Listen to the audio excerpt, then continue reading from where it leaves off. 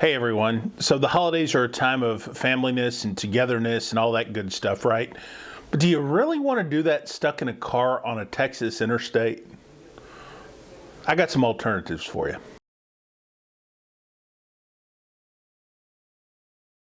So like I say, it's the holidays and you know that traffic headaches are going to be everywhere here in Texas, especially around the main urban centers, Dallas, Houston, San Antonio, places like that. But these holiday road trips around the Lone Star State, they can be a lot more special and they can be a lot more meaningful if you just get off the interstate and go a different route. Now, they can also be a little bit longer, but they can also be a whole lot more peaceful. We're going to talk a little bit about that today.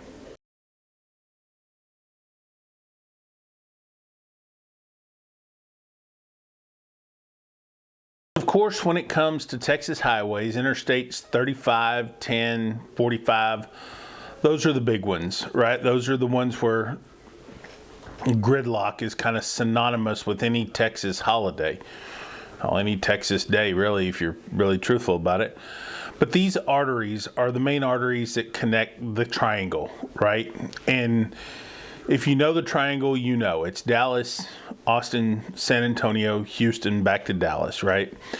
So this artery is full of millions of people trying to get somewhere. And whether you're going out for a sunny getaway or you're going to grandma's house or just going on a hunting trip, whatever it is,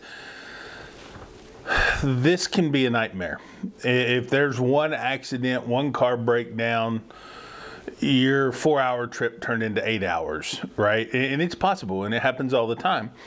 But if you want to skip the stress, there are some alternative routes that you can take that are comfortable. They're clean, they're effective. They may take a little longer if, it's a gamble, right? But it may take a little bit longer. But to me, they're just a lot more enjoyable.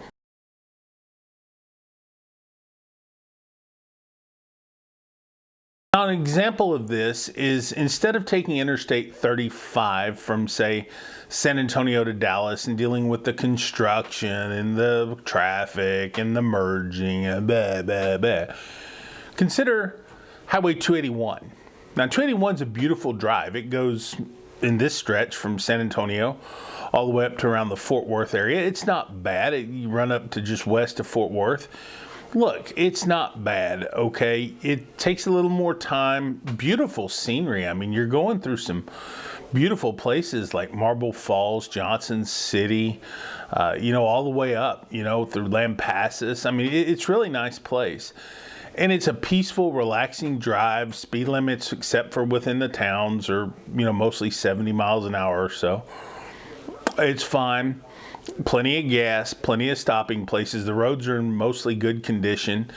And you're going to have to deal with a lot less headache. Now, I mean, you're not probably going to find you're not going to find a Buc-ee's or something like that. But you'll find plenty of Circle K's and Valeros and Stripes and Allsups and things like that are just perfectly fine if you want to avoid the dreaded Buc-ee's. Now, I know what you're thinking. You're probably thinking, this idiot hates Buc-ee's. I don't hate Buc-ee's, okay? I just don't like Buc-ee's, okay? I really like the Buc-ee's down in Brazoria County, down in Lake Jackson and Clute and Freeport, those little micro Buc-ee's, they're really like convenience stores. Those are really great. I really like those. But these Buc-ee's travel centers, come on, man. Guy, cut it out, okay? Cut it out, Beaver, okay? It's not cute anymore. It might be making you money hand over fist, but the reality of it is, it's a gimmick.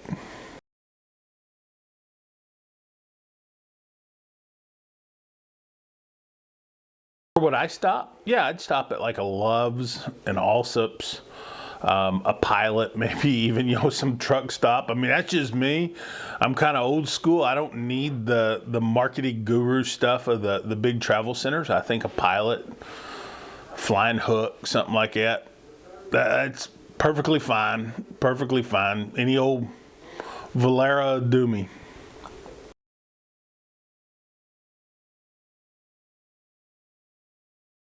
So what if you're traveling from Houston to San Antonio or San Antonio to Houston? You take Highway 90. Just take a little jaunt through the country there.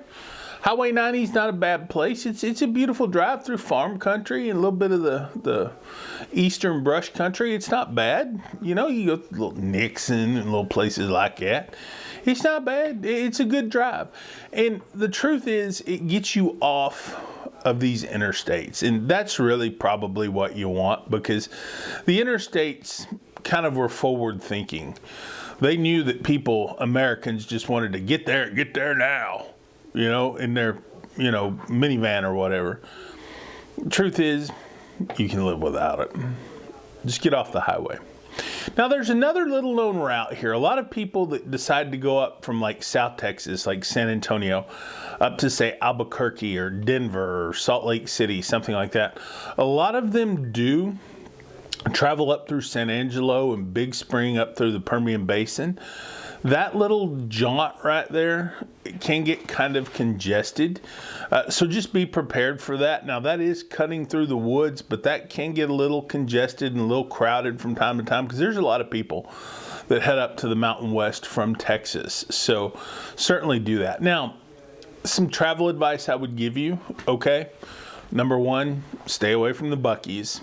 Number two, pack you some sandwiches, pack you some, what does my wife call these fluffernutters or whatever they are? I don't know. There's something like this with peanut butter and marshmallow and jelly or something. I don't know. It's some kind of crap like that.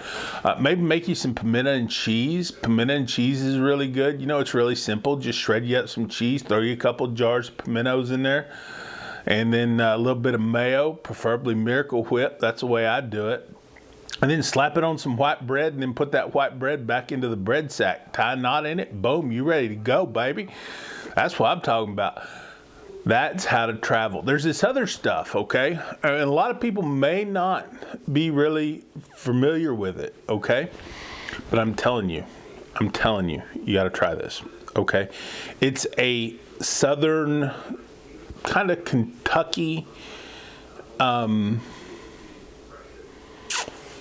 wonder, I guess. And this is magical. It's life-changing if you've never tried it. Okay, so this stuff I'm going to tell you about is called Benedictine. Now, it goes great on a sandwich. It goes great on a cracker, okay? But it's pretty simple. Take you some cucumbers, chop them up, okay? Like dice them up, right? Then you throw you in some onion, okay? And I'm talking about a good dose of onion, like a sweet onion, a 1015 or a Vidalia, something like that. Throw that in there. And then add you some cream cheese and mayo, all right? And then top it with some like cayenne pepper. Okay, just a little bit. Just a little dusting of cayenne pepper, a little bit of salt. Mix it up all together, right? Throw it in the fridge. Let it sit overnight before you leave. Man, get you some Ritz crackers. Whoa, boy, this Benedictine is like, it'll make everybody's breath smell like onions, but it's worth it. It's a road trip delicacy, okay? Or you could kick it old school and just get you some Vienna sausages and potted meat. You could do that too. If you've never had a potted meat sandwich, you don't know what you're missing. I know I can hear the fat. Hey, girl, this part fat go die. I can hear it now. I can hear the fat jokes now, okay? But look, potted meat with some Miracle Whip on white bread, that's a road trip sandwich like you ain't never had. Okay, so now that I'm done talking about the food, what do you do with some water? Get you a jug of water. Get you a gallon of water, pass it around. Pretty convenient. Nah, but seriously, what do you do? Get you, 6-pack of soda waters or something, some H-E-B Cokes, H-E-B Colas or something, just something cheap, the Dr. K's or whatever, just something cheap. It's a road trip, man. You're not supposed to do it. It's not supposed to be expensive. It's supposed to be fun. It's supposed to be exciting. It's supposed to be memorable. And you know what? That's the thing. No matter which route you take, no matter what road you go on, Make it memorable. Don't make it complicated. Hey, I tell you what, when we're out on the road, we stay at a lot of hotels. And you know what? People always ask me, they say, what's your favorite hotels? Best Western, no doubt about it. Best Westerns are clean. They're comfortable for the most part. Got a nice breakfast. Best Western's pretty good. Next on my list, probably Holiday Inn. Holiday Inns are pretty good. And this is not a promotional video. I'm not being paid to say this. But Holiday Inns are pretty good. From there, Roadside Motel. Remember the Hojos? Are Hojos still around? I don't see Hojos much anymore. But those things are called America's Best Value Inn. Those things can be hit or miss depending on who runs it. I generally try to stay away from that. Super 8, same way, depends on who runs. Here's my point. One of the best places you'll ever find to stay is a little Dewdrop Inn off the highway. Now, I'm not talking about something that's called like Sandman Motor Inn or anything like that. Just stay away from that. But, some little clean-looking casita kind of motel on the side of the road. Usually they're friendly. Usually they're clean. They're nice. They're comfortable-ish. But more importantly, they're supporting communities that are dying because of these interstates and things like Buc-ee's. More importantly, these communities are struggling to get by. You may be the only person that stays at this hotel this week. And your $60 can go a long way. I mean, it's true. I mean, the fact is these places are often overlooked. They're often ignored because the interstate just passes them by. But at one point in time, 281, Highway 90, 385, these were big highways that connected America and connected all of us before the interstates, before the big airport messes, long before 9/11, long before the TSA, long before Homeland Security, and long before social correctness and open container laws. You see, this type of travel takes us back in time. It takes us to a place where life was simpler, where life was more enjoyable.